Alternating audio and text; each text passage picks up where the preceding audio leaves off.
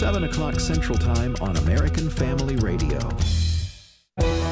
This is American Family Radio, a listener-supported ministry of the American Family Association.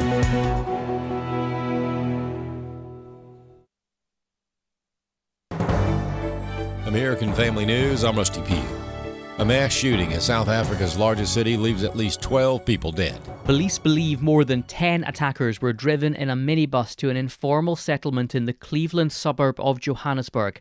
The gunmen moved through the area, opening fire on residents at multiple locations. They then fled the scene in their vehicle. 9 men and 3 women were killed. Another 9 people were wounded. Police have not made any arrests and say they're not sure about the motive. There's speculation the attack was linked to illegal mining. The affected suburb is known for its connections to that activity. Jonathan Savage, Fox News. President Trump ordered strikes against the Iranian regime in response to the downing of a helicopter. Trey Yingst in Tel Aviv, Israel, with the latest.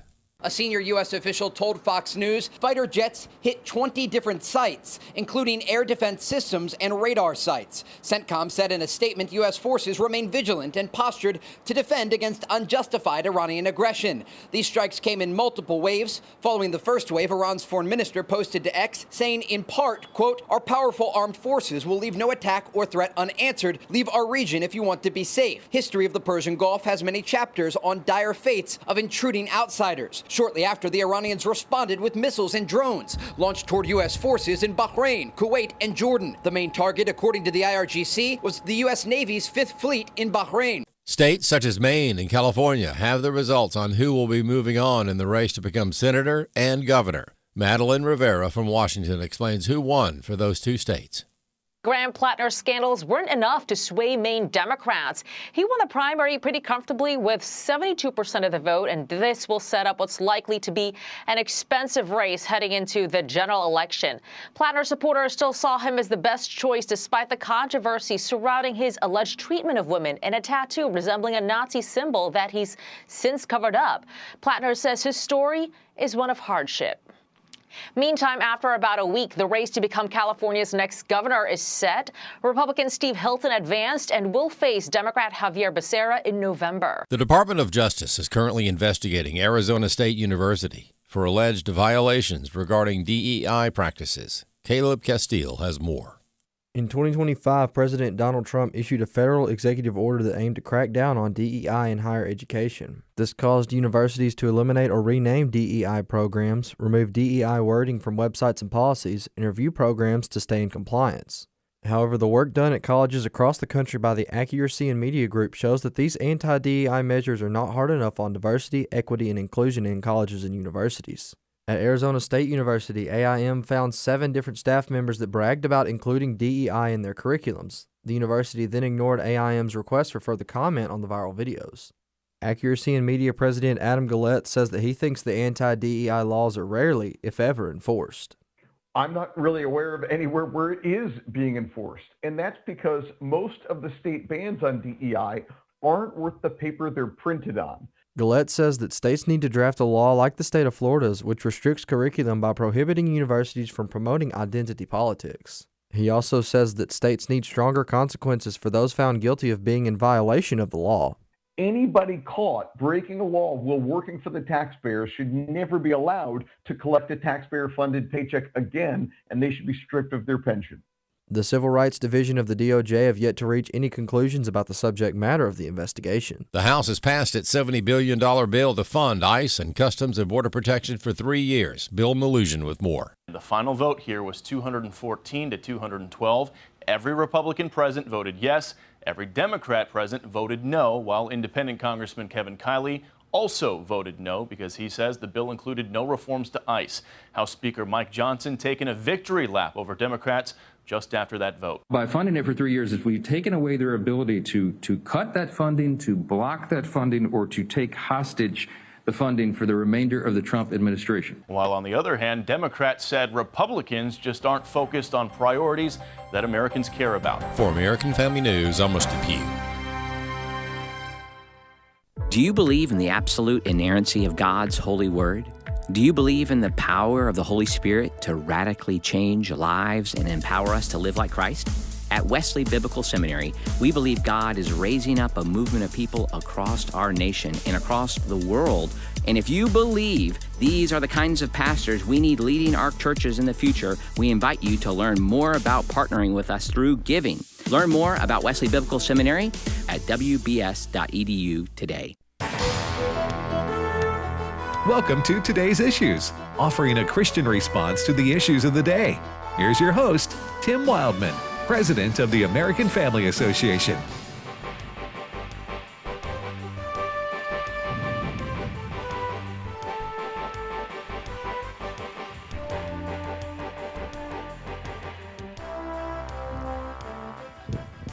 Hey, good morning, everybody, and welcome to Today's Issues on the American Family Radio Network. Today's Issues, the name of this program. My name's Tim Wildmon, and it's Wednesday, June the 10th, 2026. And joining me in studio is Ed Vitagliano. Good morning, Brother Ed. Good morning, Tim. Wesley Wildmon. Good morning. And Fred Jackson. Howdy, howdy. All right, let's see. Jenna Ellis will be joining us at the bottom of the hour. And then Steve Paisley-Jordahl is at work today, and he will join us an hour from now. So, summertime's here. It's here. It's here where we live. Got in my car last night, late afternoon after work. It said 96 degrees. In the car? In the car. And I put up one of those little reflectors, and I thought, oh, man, summer is here. Yeah. The reflectors, you talking about the things people put in their windshield? The windshield. Yeah, you know, and this is the first year I broke and got one, but I just don't know if it really makes that big of a difference. But I'm in. Maybe you're right. But I'm using it. You're using it. So. See, did you think right there was, so you didn't ask Ed whether it works or not? I just see everyone else do. I see a lot of people doing it. Yeah. It's hot. Let me ask you this: if your friend jumped off a building, see where we're going here, and would you do that just because he did? I would like to think that the consequences of jumping off a building and putting a sun shade up in the truck are two different things. But that is a good reply for a wisecrack. No. That was a wisecrack. Wisecracking against the man who has you in his will. That's not is not necessarily a good thing. No. Oh wait, I was just joking. Okay. If you guys want a solution to hot weather, go to Montana. Yeah.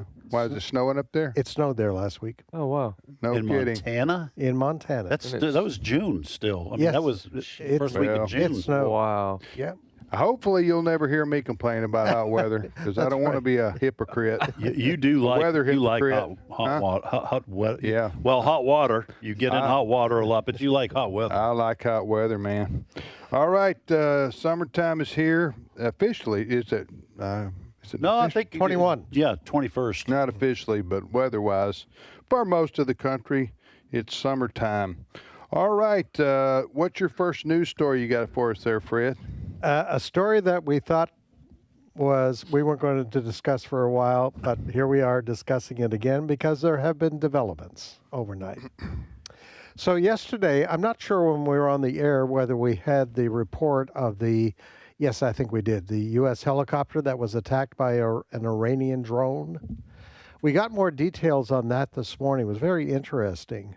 This drone that hit the Apache helicopter, which is very well fortified, the drone penetrated the side of the helicopter but did not explode. And we're getting this by way of Trey Yangst, who is just the excellent correspondent for Fox out of Tel Aviv. He talked to President Trump, he said this morning. So the extra details come from the president. This drone buries itself inside the helicopter without exploding. Pilots reporting it was getting very hot in the cockpit. So they basically decide to land in the water. And then this drone-controlled rescue vessel, U.S. Navy vessel, comes and picks them up and takes them to safety. So there's a lot to talk about there. These drone-controlled things now are defining military. Yeah, the world has changed rapidly in the military. We've seen this in the Russia-Ukraine war. Yes. Drones are part of the wave of the future. They are. Anyway, overnight, here's what's happened. Because of that Iranian attack on this U.S. Apache helicopter, President Trump gave the orders for several targets inside Iran to be hit. The Iranians responded. They aimed missiles at several of the countries on the western side of the Persian Gulf, Bahrain, I think it was, and a few others. Those missiles from Iran were intercepted. But that all prompted President Trump this morning on his Truth Social to say... And the drama bills. Because what is he going to say? Go, Fred. Yes. Says Iran will pay the price for stalled talks. Okay. We all are waiting to see if that happens. Mark Montgomery is a retired Navy Rear Admiral. He says proportional strikes have run their course, talking about what's happened during the ceasefire, and he says resumption of all-out war may be next. Cut 3. At some point, this is going to probably escalate back up to a full scale, like 400 strike day in the near future. If this back and forth keeps going, at some point you can't just keep doing proportionate strikes back and forth. If they continue to reach out and try to hit ships that are transiting through the southern scheme, which is what was going on last week, or they strike at our allied partners' bases, in the Middle East, Kuwait, Bahrain, ones that are much harder to defend because of their proximity than, say, Jordan, where we have a lot of warning. If that continues, at some point the president's going to have to do real cost imposition on them and what's called a disproportionate or escalatory strike. But I think the president's trying hard not to do that. All right. Well, Iran can certainly continue to do these proportionate strikes because they're stringing they're stalling. You guys remember? You're not old enough, Wesley, to remember it. Tim, I know, does. Fred, I don't know if you ever paid attention to stall ball in basketball. You remember stall ball? Yeah, four corners. When there wasn't a shot clock. You're just going to stall the game until you win because you... Or have a chance to win. Oh, yeah. If you got a 10-point lead, you just go into stall mode. So I think that's what Iran's doing. They're happy to fire a couple missiles here and there and try to take down this or that. They're not on the clock. The president is under the political pressure of, we got midterms coming up. And I don't understand President Trump's comments. I'm getting tired of him. The reason I was sarcastic a while ago, every day he told us 2 days ago we're on the verge of a deal and complete and total victory within the next, 2 weeks. Okay. And then we have this happen, and you go, where's the evidence for what you're saying to be true? I want to see it. I think we're tired of the... You mean that we want to see a peace deal if there's a peace deal? Yes. And he keeps saying it's imminent, right? Yeah. Am I right? He has said that over the last 3 weeks. He's repeated that several times. Okay. And then the evidence contrary to that is happening in real time now. Mm-hmm. And you're going, I don't know who to believe in this because President Trump, is he just being snookered? He's not one to be snookered much. You know what I'm saying? He's pretty worldly and pretty wise. Worldly, by that I mean he's a lot of experience. He's been around the block a few times, okay, in life. But it just appears to me like he's being played. Mm-hmm. And it's just getting embarrassing. I say embarrassing. That's how Southerners say it. Anyway, Wesley, what do you think's going on here? I have no comment on President Trump, but I do have a comment on the story. Go.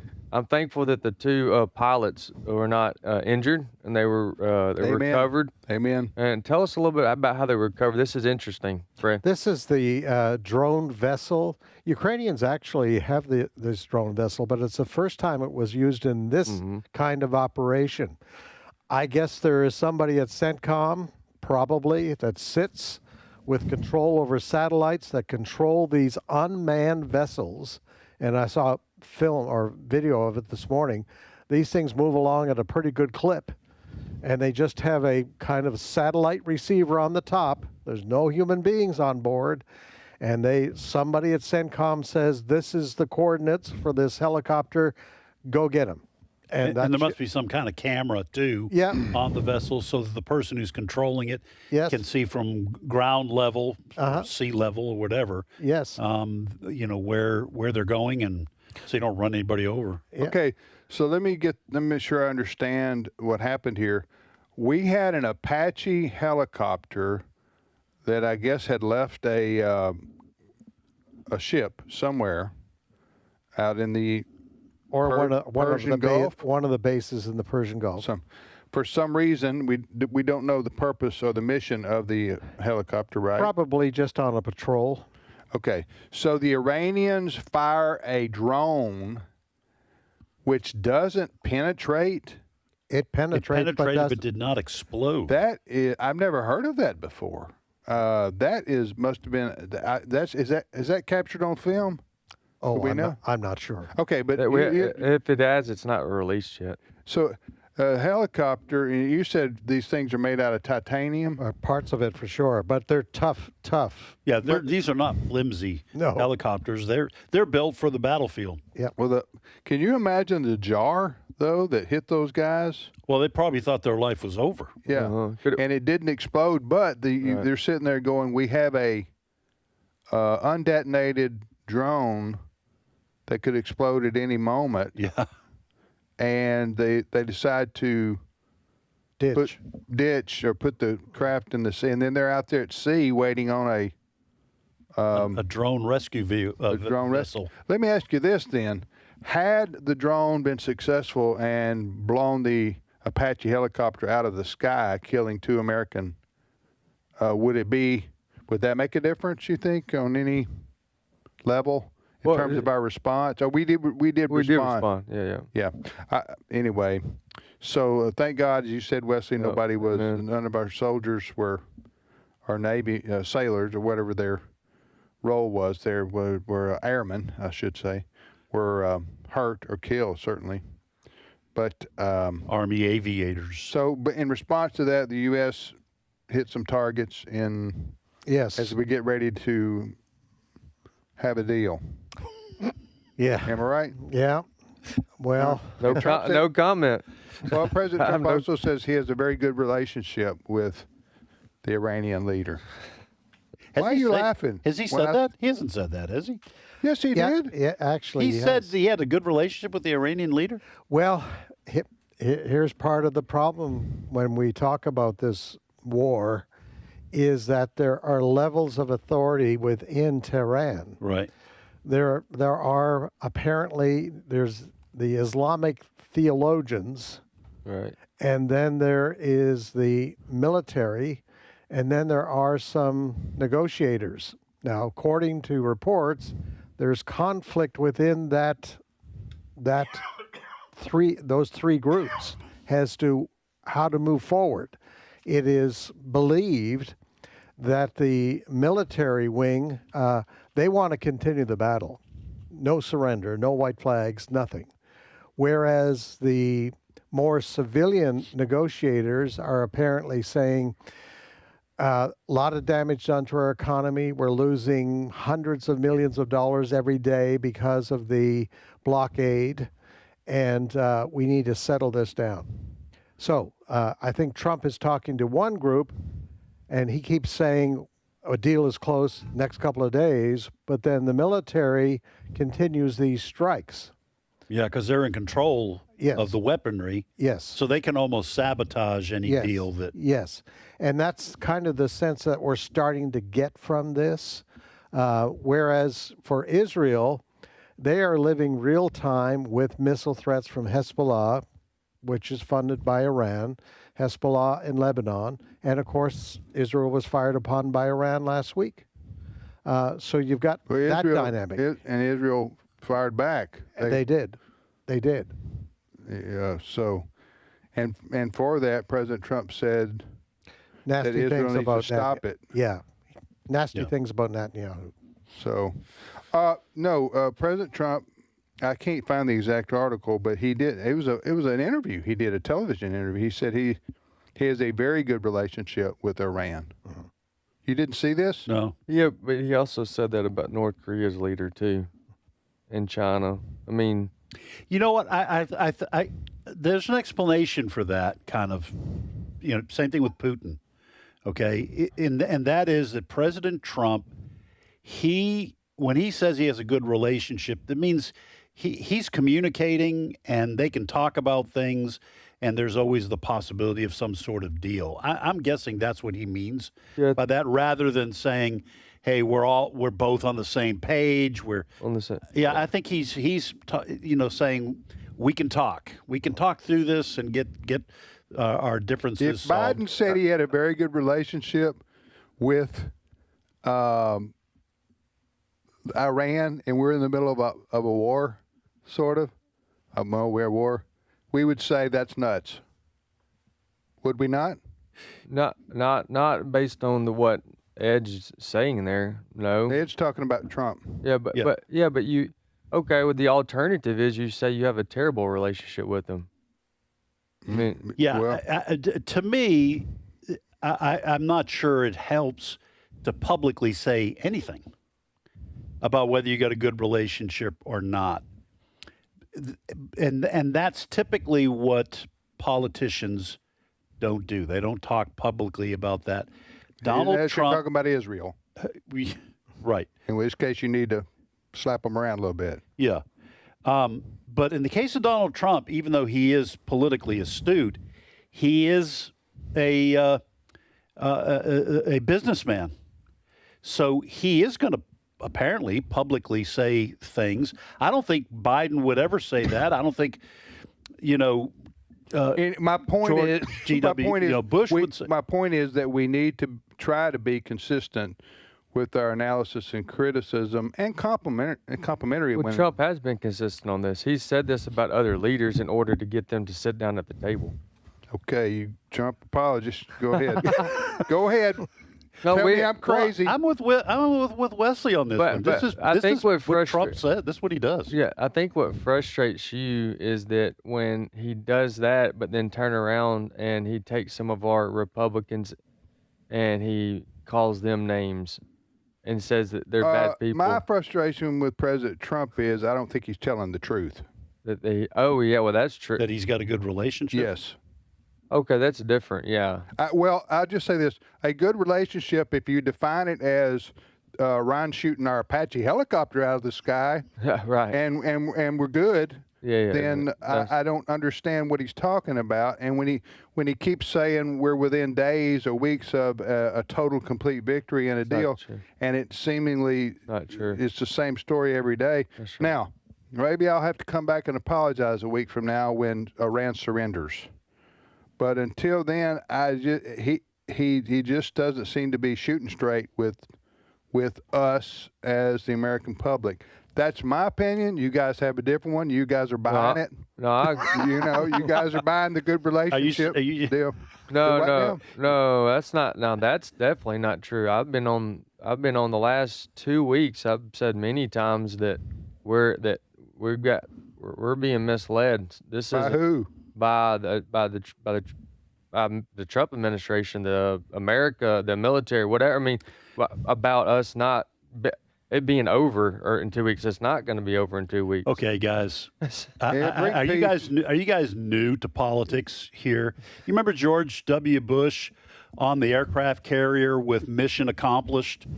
Politicians always put the best possible spin on. I remember LBJ saying we're just going to, and maybe even JFK and any other initials I can use, right. John F. Kennedy, we're just sending soldiers who are just going to, they're basically consultants for the South Vietnamese.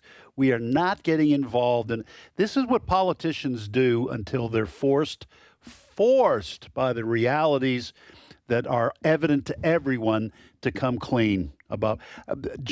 George W. Bush saying, we're going to make the Middle East safe for democracy. First, we're going in after weapons of mass destruction. And then when we found there were none or they'd been moved and we couldn't find them, no, we're going to make this a democratic regime. This is what politicians do. Okay, I'm but shocked I thought, that you guys but think that I this was is... told Trump was different. He's a straight shooter. And everything. Anyway, I understand what you're saying. You're right. Politicians of all stripes, Democrats, Republicans, presidents. They spin. They all the time. They spin, and Trump spins too. Yeah. That's what you're saying. Yeah. And but you know, it just gets a little frustrating when you hear things that, and it across. Which is why I said I'm not commenting on it. Yes, but we keep dragging you in. When the evidence doesn't seem to support what you're saying, and you keep telling us things that we don't see any. I think President Trump has been trying to put a good spin on this because he wants gas prices down.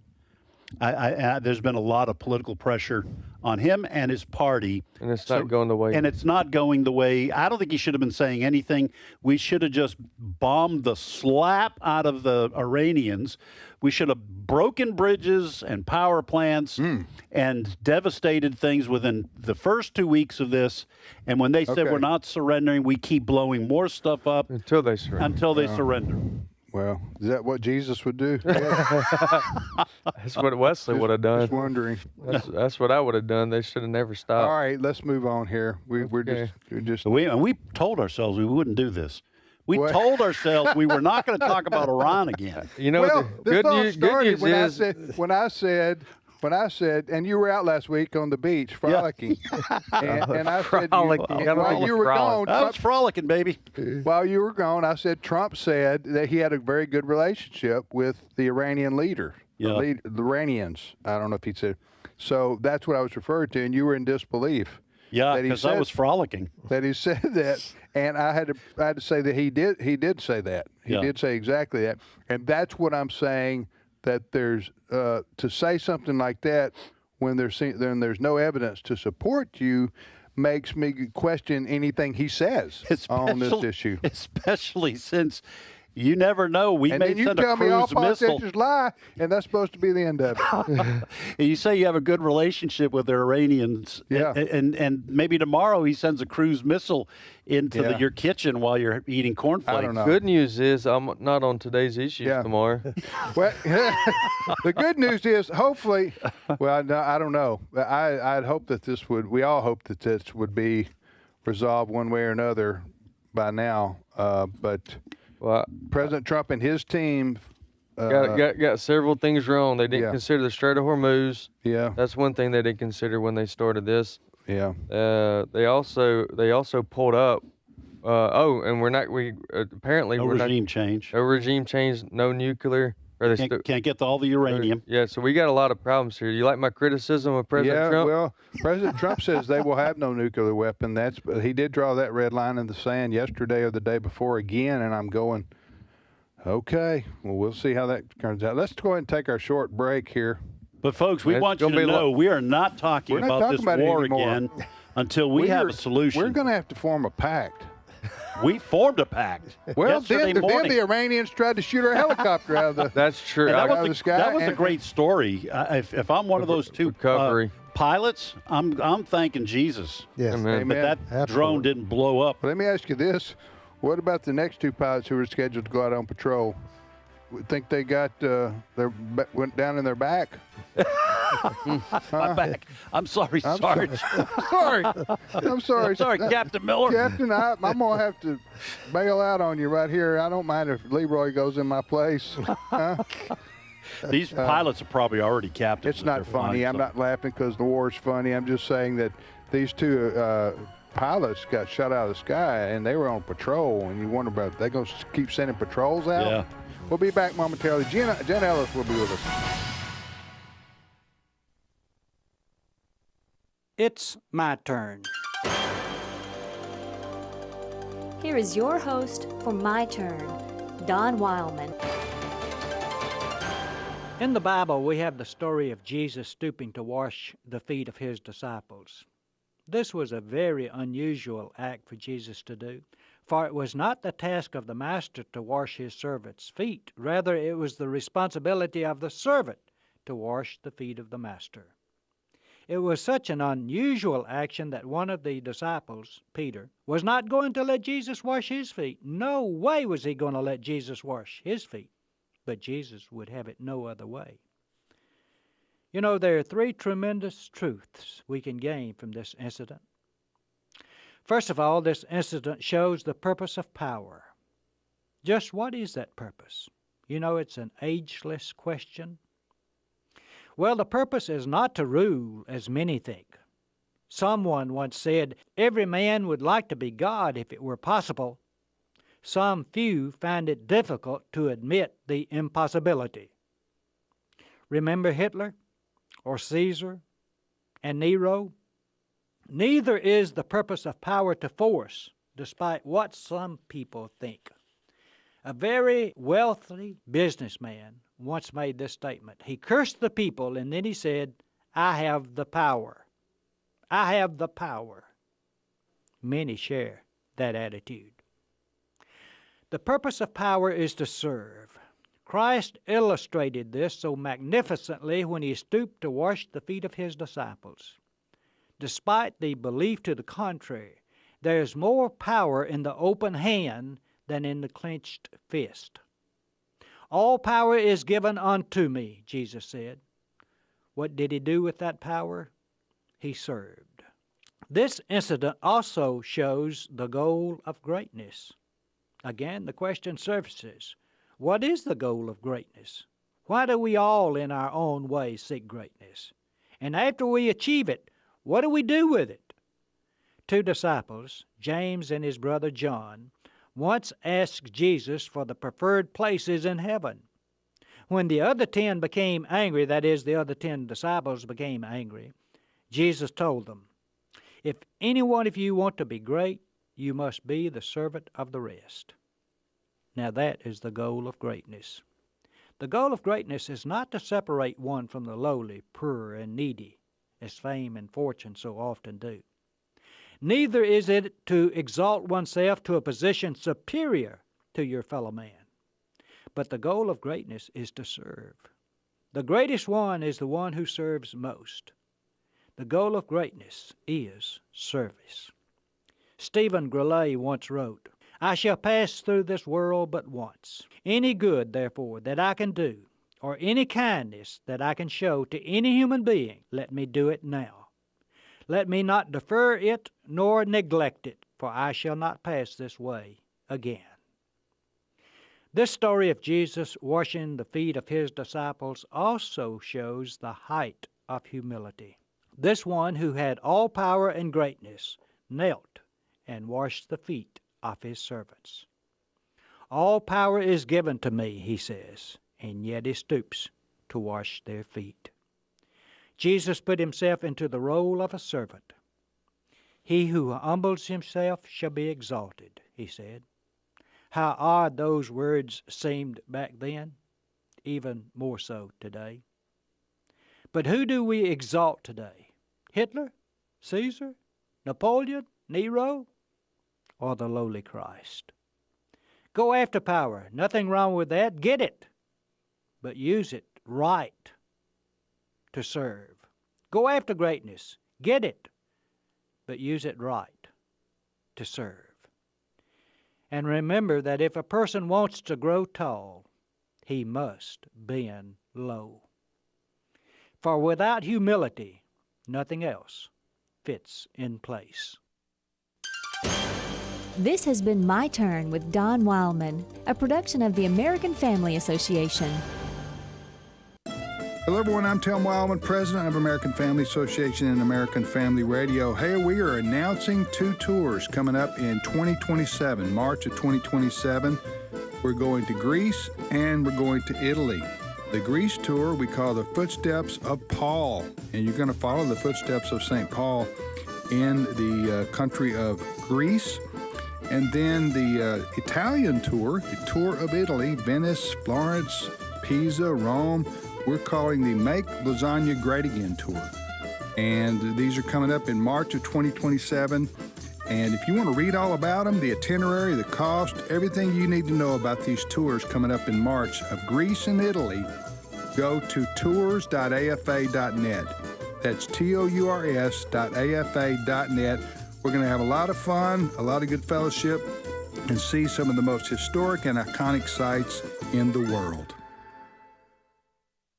It is better to take refuge in the Lord than to trust in humans. Psalm 118, verse 8. This is Today's Issues. Email your comments to comments@afr.net. Past broadcasts of Today's Issues are available for listening and viewing in the archive at afr.net. Now, back to more of Today's Issues.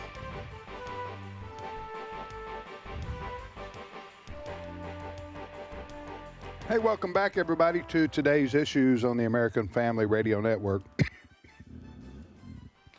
I'm Tim Wildmon with Ed Vitagliano, Wesley Wildmon, and Fred Jackson. And we're moving on to our next story here, which is out of Texas. Pardon me. Involving two teenagers. One of them stabbed another one and killed him. And it's a national news story because it involves, it's a white on black, black on white. You know, the news media love that. Try to stir up racial animosity in our country. And we're going to talk about this story for just a few minutes with Jenna Ellis. Jenna, good morning to you. Good morning. Good to be with you. Jenna is our host on the morning show, current events talk show called Jenna Ellis in the Morning. That was my idea. To name it that, Jenna Ellis in the Morning. It was a brilliant move. I thought about that a long time. I think it was brilliant. Yeah. I'm very grateful for it. Thank you, Jenna. Thank you, Ed, for absolutely acknowledging my brilliancy. You bet, boss. On Mr. President. Somehow I think I'm being pandered to. Never. Okay, Jenna. We're not pandering. We only to speak you. truth. All right, we're not pandering to you, but by the way, I love that shirt. You love this shirt?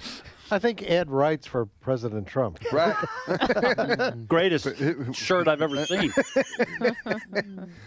Nobody's ever seen a shirt like it. Never seen anything like it. Yeah. What are those, dolphins? What is it? I think they are. And he's got a deal on a new shirt. Yeah. Did you get that Did you get that shirt from Florida?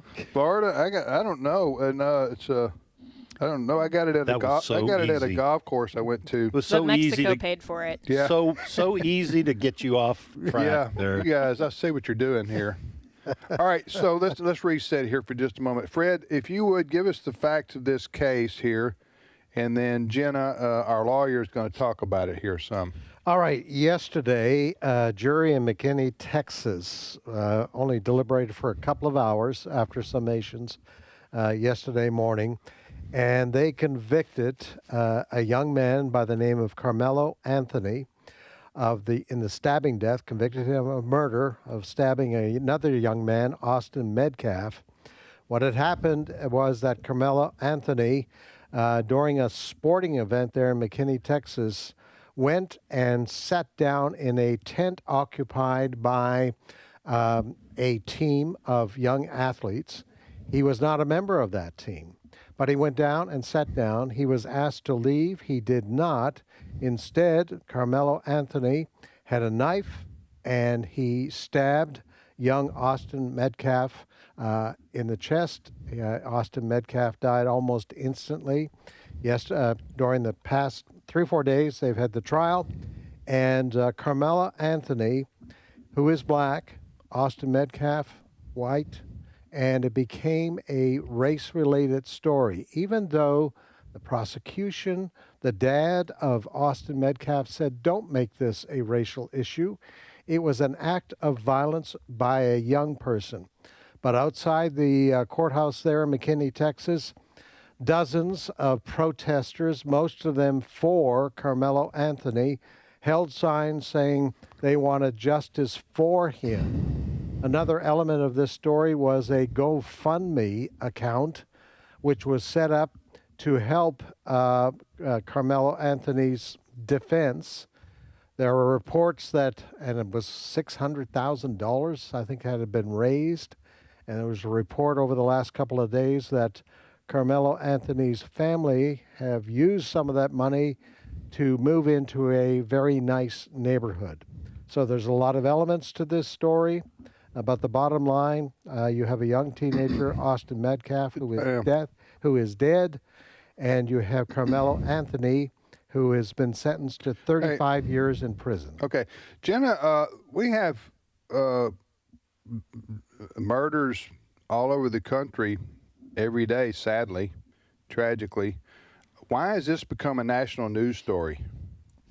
Well, unfortunately, it's because the left has politicized it and made it about race, which is just yet another example of the cultural Marxism that is implicit in our nation. And it's not that there is systemic racism like they would suggest, it's that there is systemic Marxism, where they categorize people, human beings, based on our immutable characteristics, whether it's the patriarchy versus women, whether it is whites who oppress blacks, whether it's the rich who oppress the poor. There's always the oppressor versus the oppressed.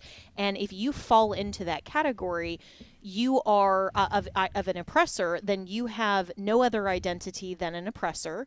And if you are in the oppressed category, you are perpetually the victim, regardless of whether or not you are in fact an aggressor of harm. And so what this story exemplifies is that cultural Marxism is still running rampant in our society, because the outcome of this case, if you don't look at race, you simply look at the overt act, which was the absolutely unjustified killing of a 17-year-old young man by a perpetrator, then obviously he deserves to be convicted of murder. I think he deserved life in prison or even the death penalty, but he got 35 years. That's justice. But what the left and across the country, but even some of these protesters outside the courthouse in Texas are suggesting, is that simply because Karmelo Anthony is in the category, the Marxist category of oppressor, simply because of the color of his skin, he is a victim regardless of his life choices to murder another young man, and that Austin Metcalf, because of his skin color being white, he is an oppressor and therefore can't be a victim. And so this story exemplifies, again, why we need to reject these stratifications, and we need to go back to the dignity of every human being made in the image of God, has inherent dignity and worth regardless of skin color, gender, any age, any of the immutable characteristics or differences that God allows. Yeah, that's a great explanation for why this became a national news story. And you're right. The political left on this country frame everything on race, on identity politics, right? Mm-hmm. And the things you've just mentioned. Wesley, did you want to say something? I was just going to add identity politics. In the last 20 years, it's only been one direction, though. They'll usually leave out the color of the person's skin if it doesn't fit their narrative. Right. Right. And imagine if this had been a white young man who had stabbed to death a black young man, then of course they would be calling for the death penalty, and it would be, ultimate justice is the death penalty for the aggressor, and it just fits into their narrative of oppressor. And again, it's all about their Marxist narrative instead of simply looking at the facts and actual justice, which is that justice is blind to the identity of the person. It's all about their personal responsibility for their own life choices. Yeah. Ed, your thoughts well, on this? I was, first of all, just going to toss out, remember the Irina Zarutska? She was the Ukrainian girl who was stabbed on a train. Nobody on the left stabbed to death. Yeah, and nobody on the left really wanted to talk about that in terms of race either. I do have, Jenna, just a quick question about the sentence of Karmelo Anthony. Is this something, I know it's 35 years, is this something where, since he didn't get death penalty or life in prison, where he can get parole? Yes, and this is why I personally don't think that it was a harsh enough sentence, and maybe the jury was sort of trying to balance the racial politics. I mean, perhaps. And there were a lot of complaints on social media that the jury didn't contain minorities, which isn't true. It wasn't just a jury of white people. There were minorities on the jury, and so maybe they were cognizant of this and so struck kind of a middle ground. But yes, unfortunately, he may be eligible for parole, as early as when he's age 50.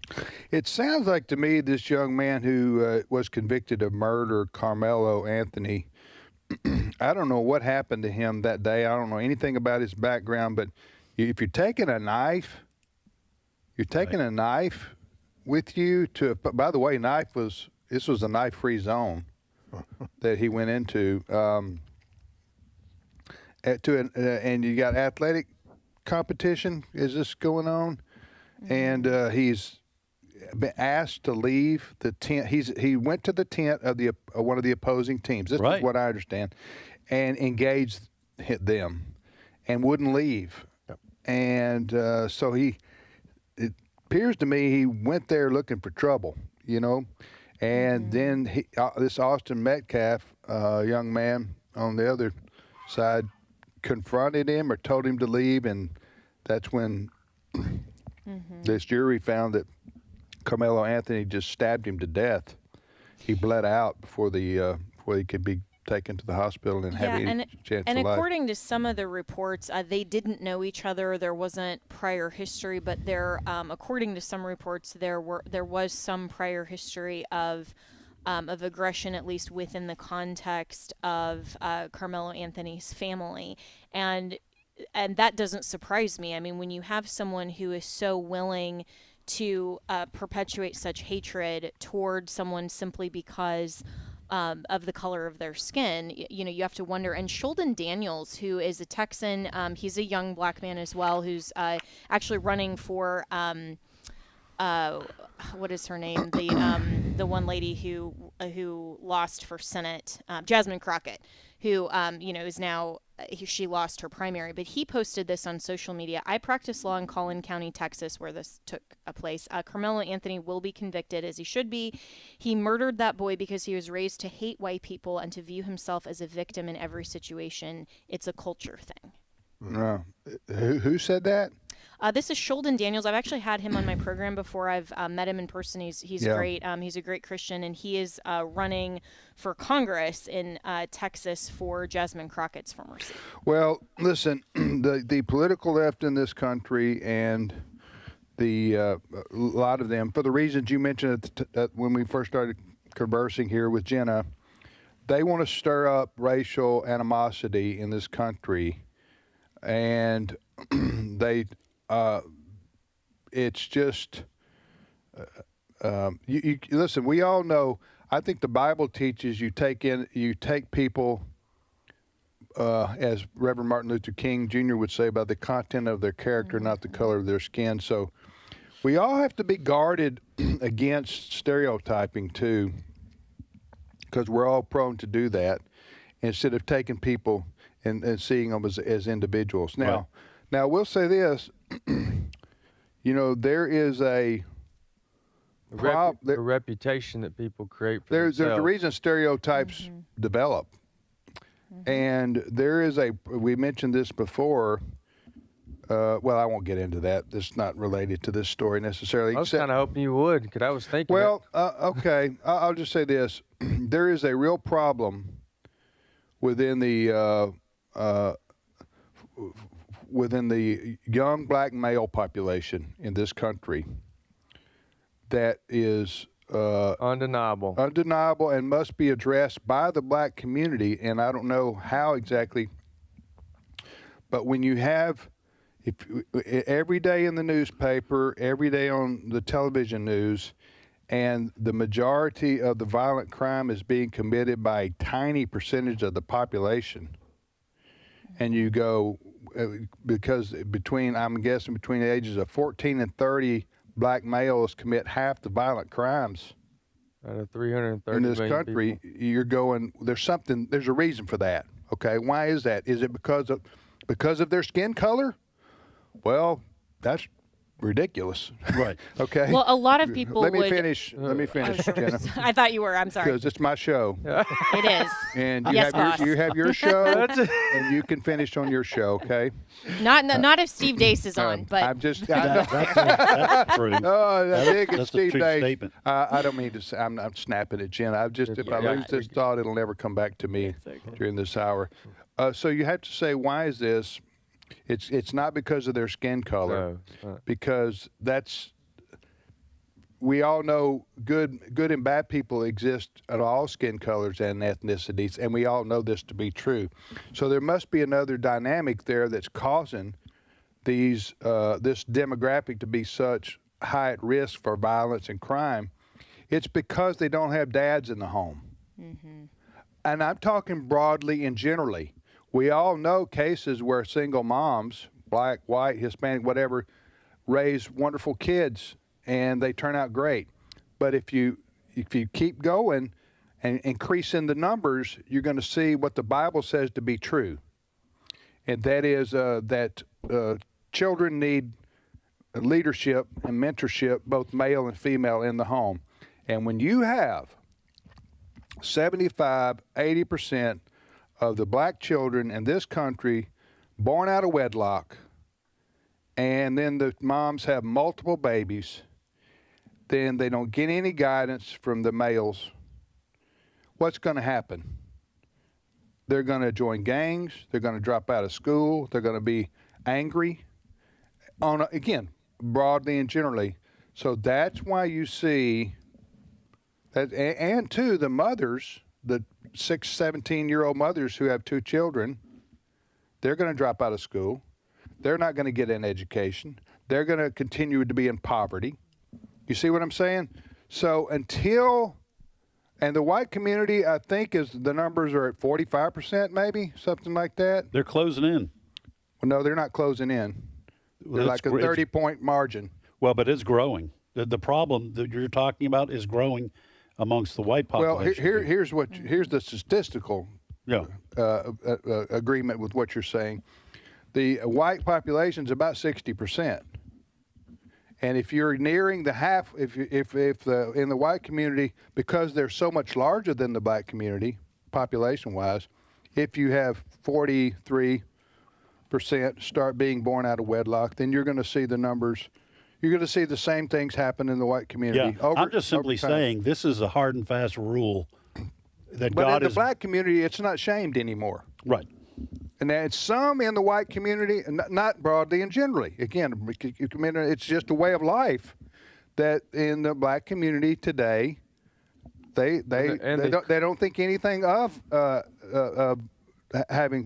not getting married to have babies. Right. You see what I'm saying? Mm-hmm.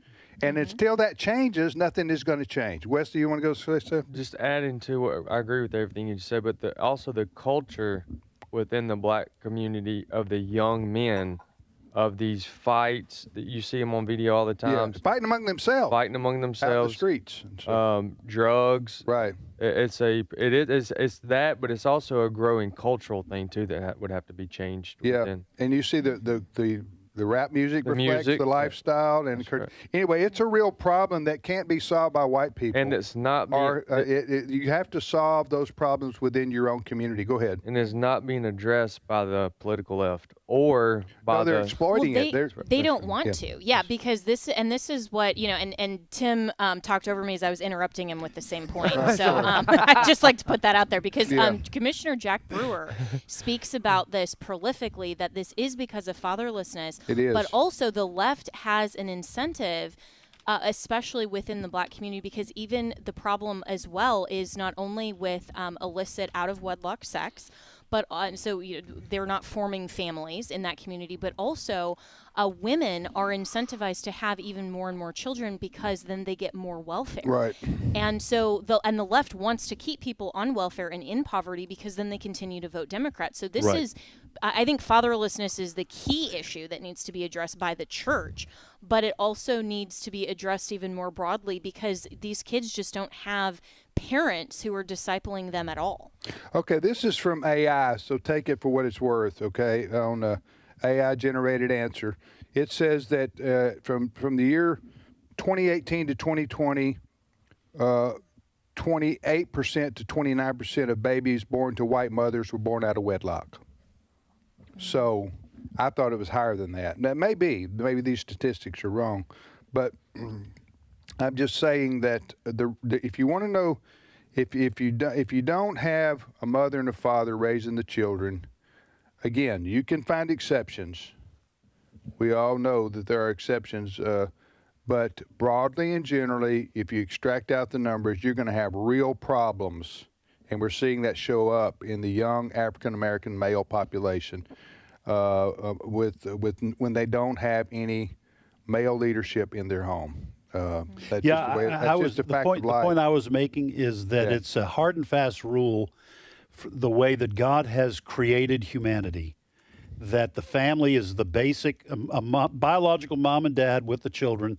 That is the building block of human society. And so it doesn't matter, like you said, doesn't matter your skin color. Nothing else matters if you break that mold. All these pathologies we're talking about, crime, poverty, lack of education, all that stuff, it becomes a reality wherever you break that model. Which is why Asians who come to this country, who are very family centric, excel. It's got nothing to do with their skin color. It is because, whether they are Christian or not, they are playing by the rules of the way God has made people, human beings. According to this same statistic, 70 to 73% of black babies in this country are born out of wedlock.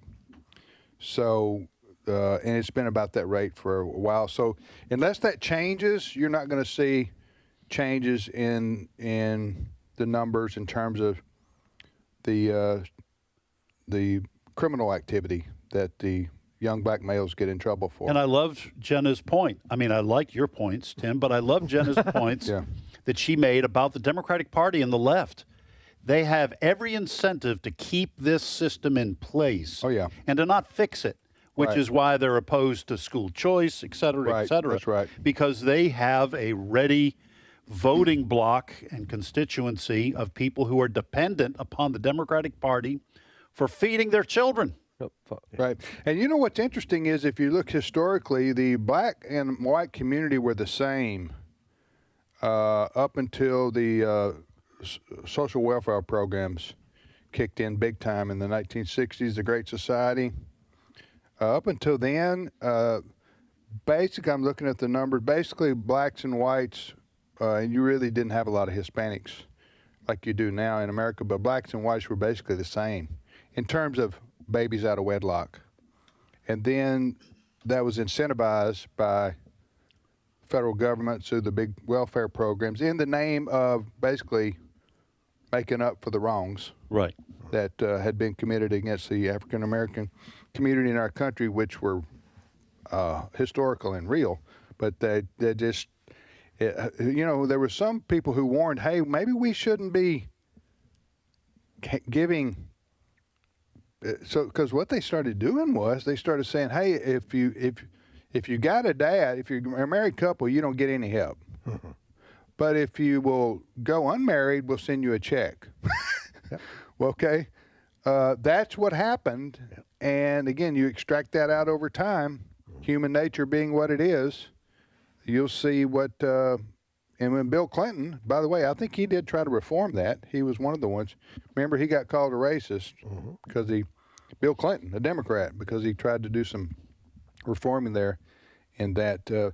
But anyway, so it's a problem that unless it's addressed within the African American community itself, I'm sorry to say the numbers of young black males involved in criminal activity is not going to change, because human nature being what it is, and because the Bible is true, and it has nothing to do with ethnicity, skin color. It has to do with either you follow the biblical model for marriage and family, or you don't. Yeah. And if you don't, you pay the consequences. Correct. Both individually and society. Well, all right, Jenna, thanks so much. Thank you, guys. Great to be with you. I'm going to talk now, and you feel free to interrupt me. Go ahead. Okay. Oh, yeah, you're giving me the last 10 seconds. Thanks so much. Enjoy your 10 seconds, thanks Jenna. for interrupting me. Thank you. All right, thank you, Jenna. We'll be back in 5 minutes with more of today's issues on American Family Radio.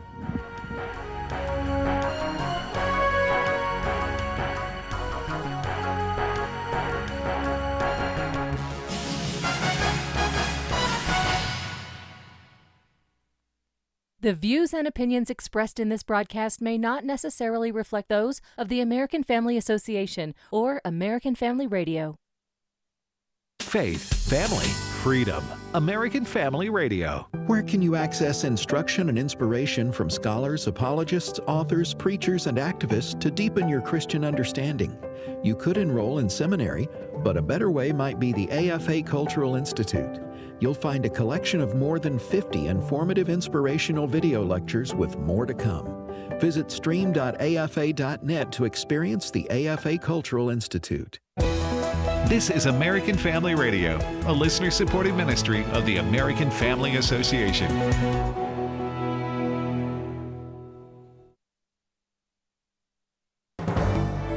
American Family News, I'm Rusty Pugh.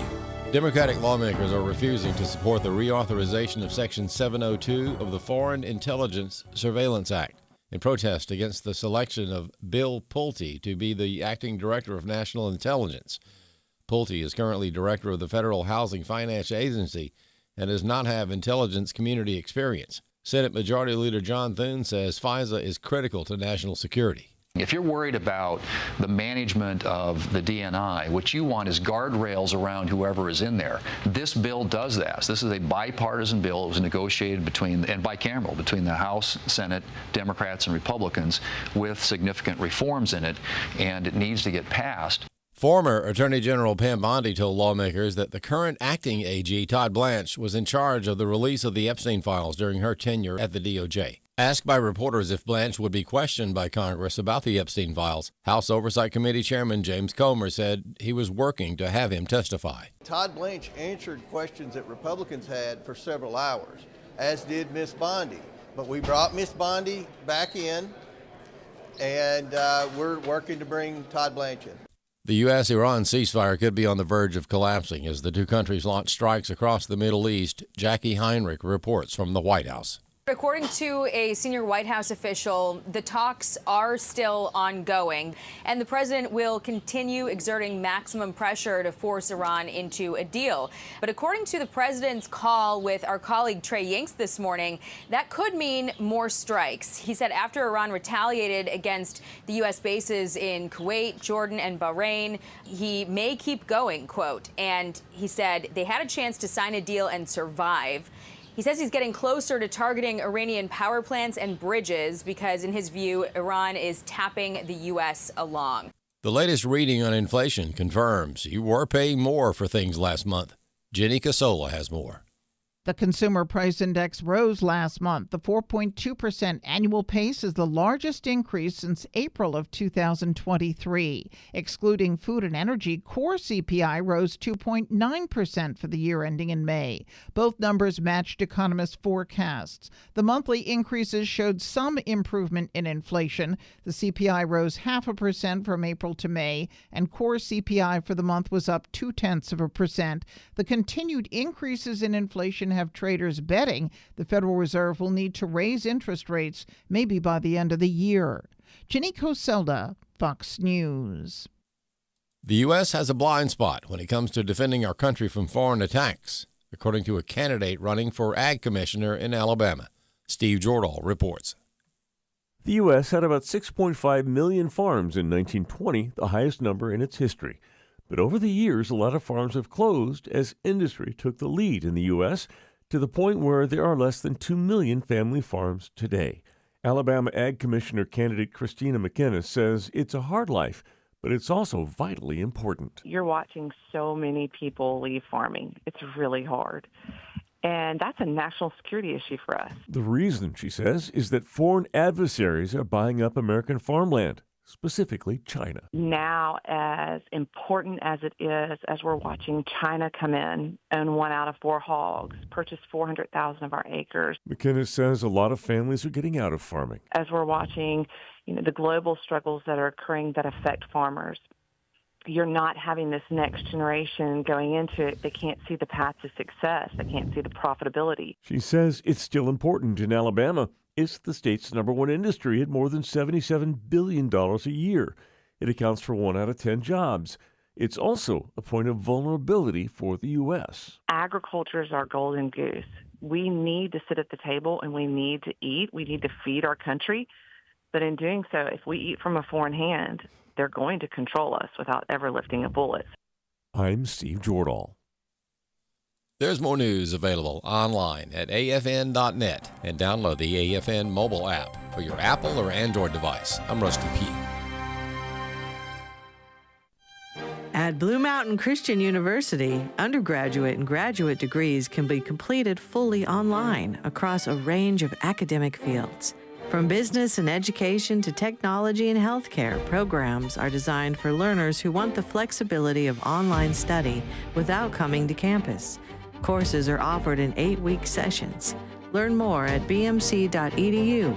Move mountains at Blue Mountain Christian University. Today's Issues continues on AFR with your host, Tim Wildmon, President of the American Family Association.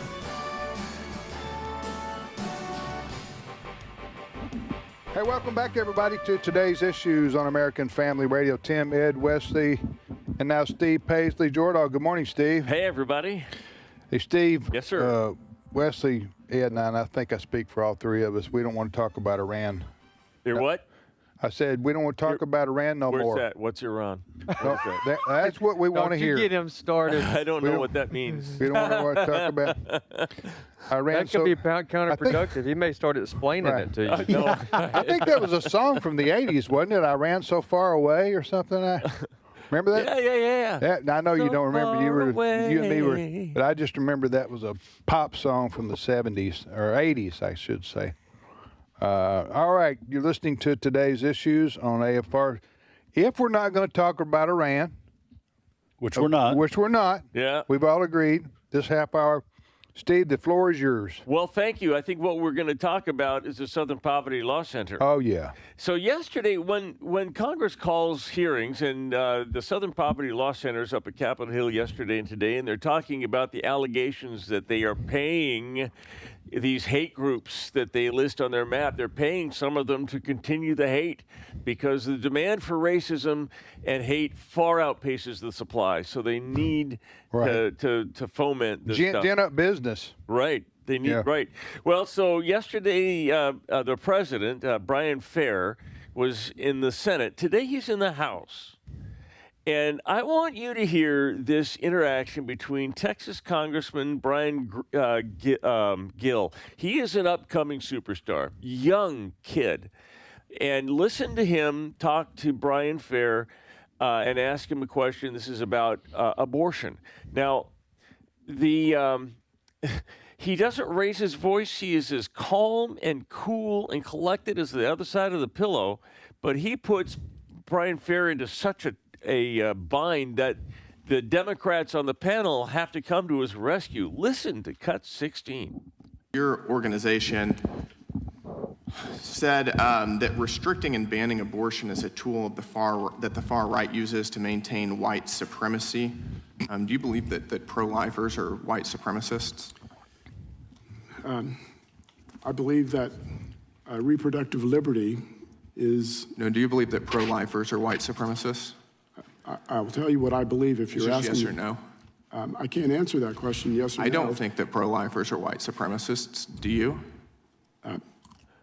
What I think is that reproductive liberty is a right that every woman should enjoy. How many babies in the United States that are aborted are black? About 40% of abortions nationwide are of black babies. Blacks represent about 13% of the population. Does that sound like something a white supremacist would oppose? What I would say again is that SPLC supports reproductive liberty. Calling somebody a white supremacist is a pretty serious charge, isn't it? I would think you would be able to defend that if your organization says that. You clearly seem unable to. Mr. Gill, I'm not sure why you would think I'm unable to do anything. Because you're the president of the SPLC, which labels pro-lifers as racists. Well, does your organization just hurl around epithets like that without any justification? Mr. Gill, what we do is I'm giving you the opportunity to You're not giving me the Mr. Chairman, what's he referring to? And can you let the witness answer the question? This is outrageous. No, it's not. The time Allow him to belongs- speak. I know you don't like my question. What are you referring to? Time I know you belongs- don't like my question. What are you referring to, Time Mr. Gill? belongs to the gentleman from Texas. Yeah, by the way, he wasn't stopping him from answering. I just didn't have an answer. He couldn't answer. That was brilliant. That was yeah. a They need brilliant they need insight. to find a new spokesperson. Maybe that guy would do better in the mailroom, or maybe even a PR. Answering donors' questions. But he doesn't need to be the. Well, I'm thinking anybody that runs up against Brendan Gill might find themselves better in the mailroom. No, the reason he was couldn't answer the questions because it's unanswerable. Because if he does answer the question, he's going to disagree with his own organization, which he's there to defend. So it's unanswerable, and it's an indefensible charge for the SPLC to make. Yes, and he points that out by saying that a white supremacist would want black babies aborted, right? But but pro-life people want all babies saved, right? So therefore, they can't be white supremacists. And that was brilliant. And the fellow was trying to work through in his mind how do I answer this without disagreeing with my own self? Right. And he couldn't come up with it in a good answer in time. That's what's called being on the horns of a dilemma. Yeah. On the horns of one. Yes. 2 horns. That's right. Okay. Horns. Double horn. Either dilemma. way you go, you're getting gored. Anyway, listen. What was the congressman's name? Who was Brandon Gill? Well, he's only 32 years old, and he's on the bench. He's a rising superstar, I think. He's younger than Wesley. Is that right? Brandon Gill is 32 years old. Oh yeah, sure is. What are you doing with your life?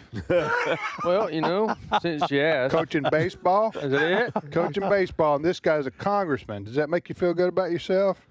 Listen, right now. Wesley, you're doing God's will. That's what you're doing. Wesley, your dad just put you on the horns of a dilemma. I don't think that's... don't let anybody tell you. I want to get back to the horn on. All right, hold horn on just thing. a minute. I don't want anybody emailing me and calling me and say Tim is degrading his son's life, and I'm not. I was only kidding around. I was only joking. But if you want to email him, here's his email. Well, I know you don't give me my email. I would just say everybody should grow where God plants you. Right. You like bloom that? where you're planted. That's what I was going to say. Yeah. Balloon. Well, not balloon. That's what happens if you go to the buffet too often. Talking about bloom Ed, we where don't you're have planted. to make this an issue of weight. We can just stick with the facts. Okay. I think all people are beautiful no matter what they weigh. In their own way. Yeah. All right, Wesley, go ahead. The floor is yours. I want to get back to the horn thing. With the tip of the horn. No, it's the horns of a dilemma. The horn. I've heard the word. Obviously, I hate dilemma, but why would you add anything to just hey, it's a dilemma? What is the origin of horns of a dilemma? I'm asking. It's a baby boomer expression, I think. It's because horns getting gored by a bull, for example, is painful. Right. Which one are you going to get gored by? So the dilemma is no matter which answer you give, it's going to hurt. How about okay, this, so let me Wesley? help y'all out. We're Okay. stuck between a rock and a hard place. Could we just do that one? Yeah, but there's how difference. about pick your poison on this? Go ahead. I have an answer from ChatGPT. Bring the it, phrase Steve. Horns of the dilemma comes from an ancient logic and rhetoric rather than from farming or bullfighting. The dilemma comes from the Greek word, that's dilemma. The medieval scholars called this a horned argument. The two alternatives were imagined as the two horns of a bull. Whichever horn you grabbed, you're in trouble.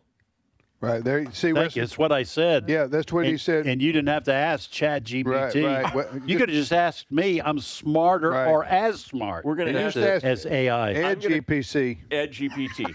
That's what we're Or going to call it. GPT, whatever it is, which was a good automobile, by the way, back in the day. The GPT. GPT. A lot of kids had those back in the day. All right. I think we need to get back on track. I think we need to get back on track. You're listening to Today's Issues. We're getting back on track.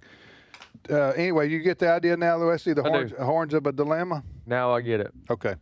All right, so Wesley, Ed, Tim, and now Steve. Steve, back to you. All right, Southern Baptists are meeting in Orlando, Florida for their annual meeting. This is where they basically, it's the only time the denomination is actually in, these are independent churches, but for these 2 days, the SBC is doing they send messengers, what they call messengers, to Orlando, and they will vote on different resolutions and do do SBC business? Well, they elected a new president. His name is Willie Rice. He is the pastor of Calvary Church in Clearwater, Florida. And he called me about 45 minutes ago, about an hour ago now. He called, and so I had a chance to talk to him, and I wanted to share a little bit of what he had to say. I asked him what the state of the SBC, how he feels it's going, and this is what he had to say. Cut 15. There have been some stresses in the last decade in SBC life that have created both the appearance and in some cases the reality that there were some things that weren't as grounded as they needed to be. There were concerns messengers had. And I think over the last couple of years that they've sent the message that, the Southern Baptist Convention is not eroding. We're not equivocating. We're enduring. We're standing. We want to be a people who are rooted in our conviction, in our mission, in our message. That's who? That's Willie Rice, the new president of the Southern Baptist Convention. So just elected? Yesterday. Okay. Or today, actually. The Southern Baptist Convention, they meet annually. They do? As a denomination. You're right, they are independent churches, but they're still a denomination. They are a voluntary They are a denomination, but they voluntarily cooperate. In other words, the Methodist denomination owns the Methodist church buildings, and they set pastors. They will almost every denomination will assign pastors to churches. This is a voluntary cooperation. Either side can terminate the membership at any time.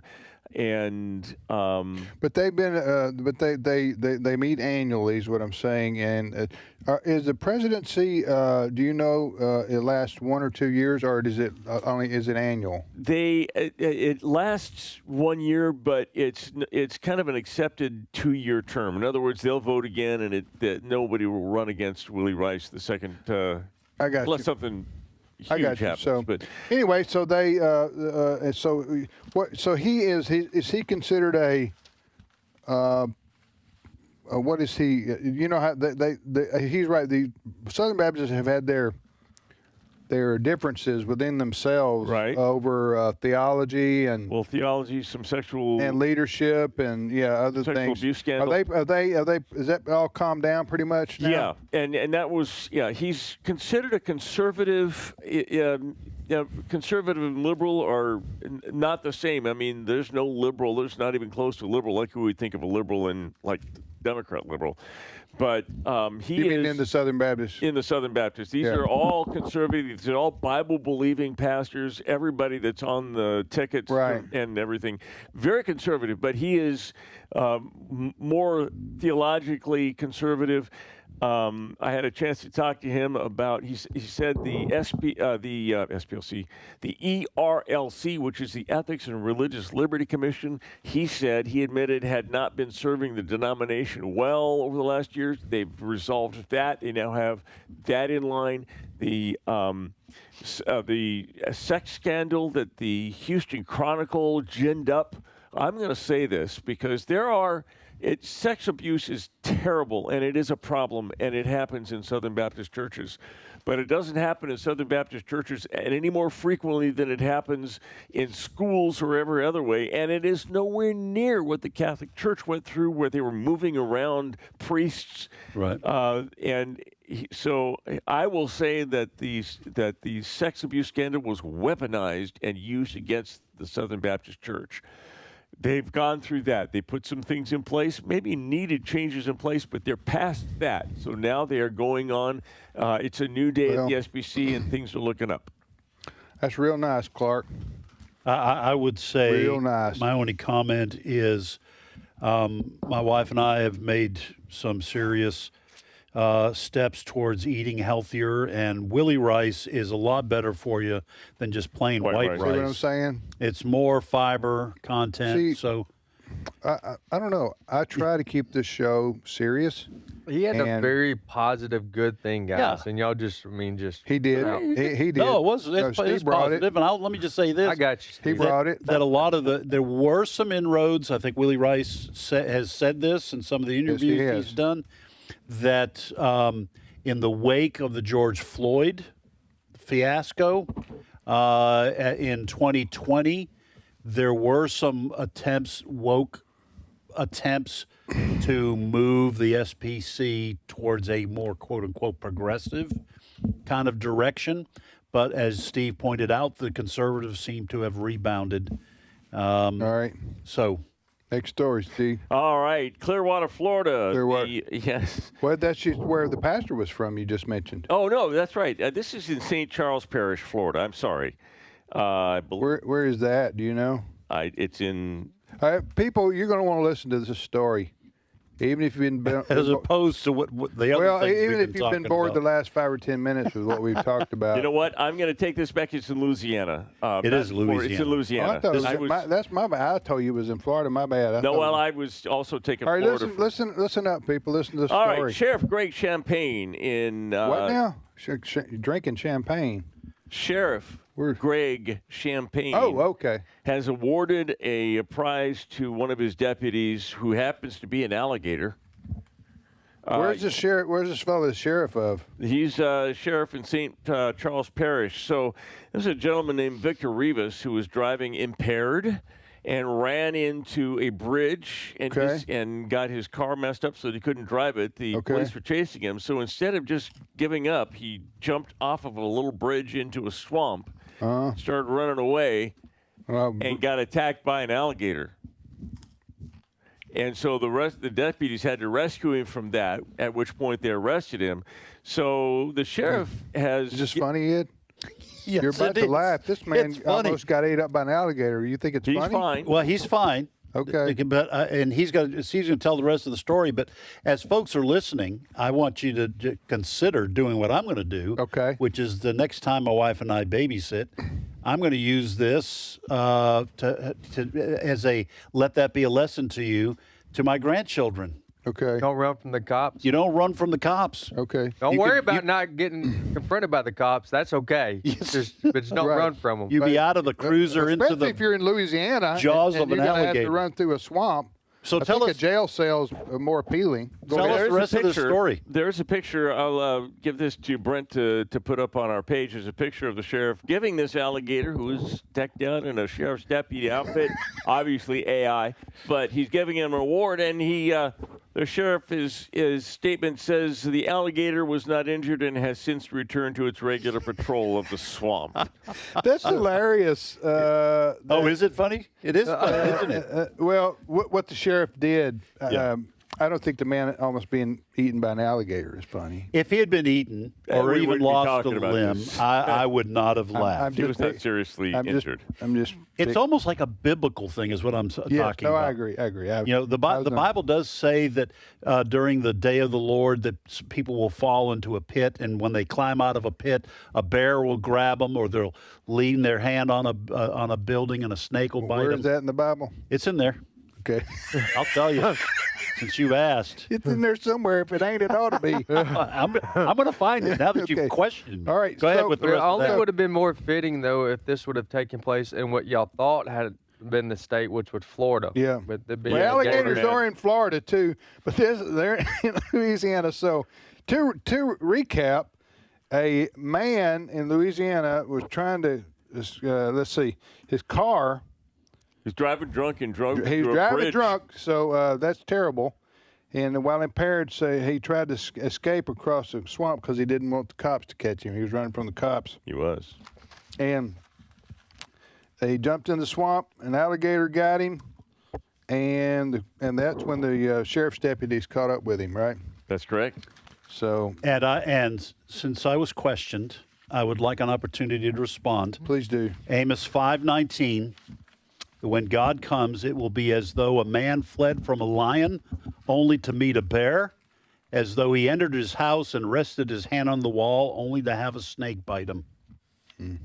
What does that mean? It means that you cannot escape God's judgment. Right. Even if you run, even if you get away from one punishment. You can run, but you can't hide. See, Wesley, what I did there? That's You absolutely learned that right. one, too. Is that an idiom? Or An idiom? An idiom? Or an idiot? Or an alligator, one of the other. This guy was an idiot. Yeah, he was an idiot. Anyway, he went to jail. He was driving drunk. That was his first big mistake. The sheriff said the alligator was not injured. as Steve said, and returned to his patrol of the swamp. But the funny thing that got my attention was the sheriff's department put a picture up of the sheriff giving an award, Deputy of the Year, to the alligator. In the uniform. And the alligator has the sheriff's deputy's uniform on. Can you put that on our Today's Issues Facebook page? Now, folks should understand that we're having a little fun with this. Yeah. So please, and give this guy's name, the guy who did some alligator wrestling. His name is Victor Rivas, 40 years old. And For Victor, pray for him because God spared his life. Yeah. He needs to reconsider his ways. Give his heart to Jesus. He's being held on a $17,000 bond. So if any of you feel led, he'd rather be held by a bond than an alligator mouse. I'll tell you that right now. James Am I right about that? Yeah, you're right. Amen. You're right. All right, 5 minutes left, Steve. What do you got? All right. Hey, Bruce, the Alsatian dog is fine. I know you were worried about him.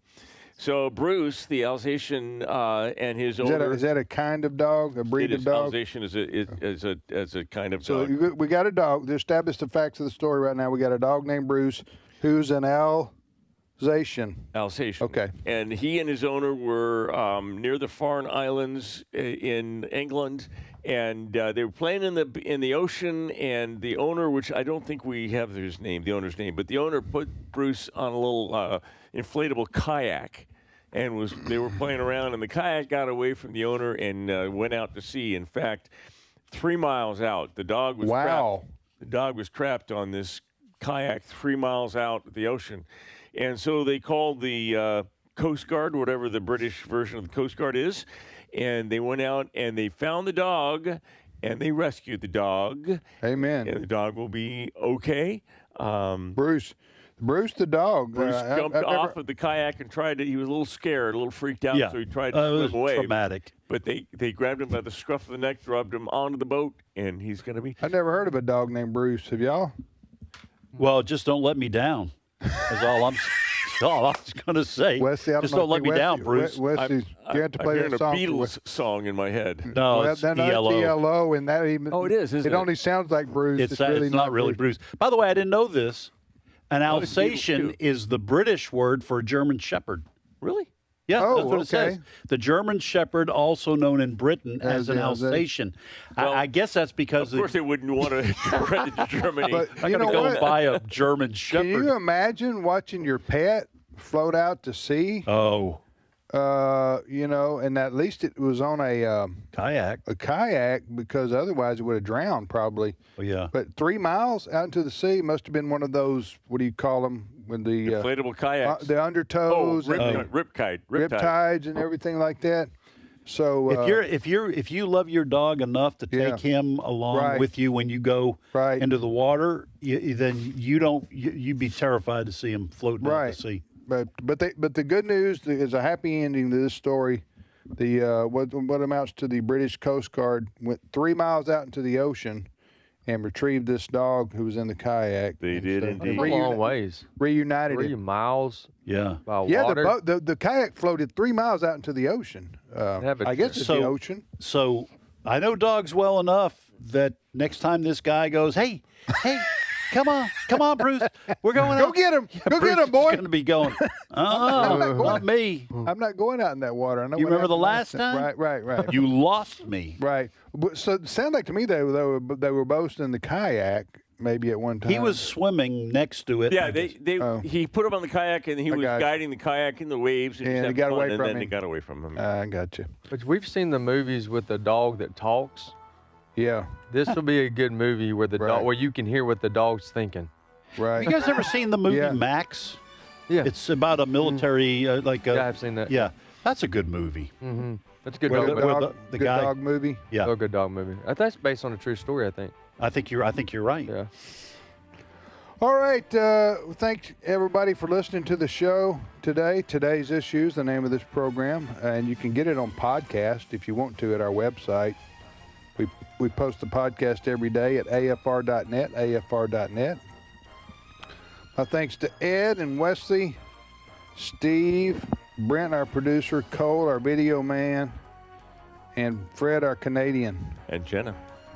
Yes. You don't forget Jenna. And Jenna, our You interrupted her enough. Jenna, our American lawyer. We'll be back tomorrow.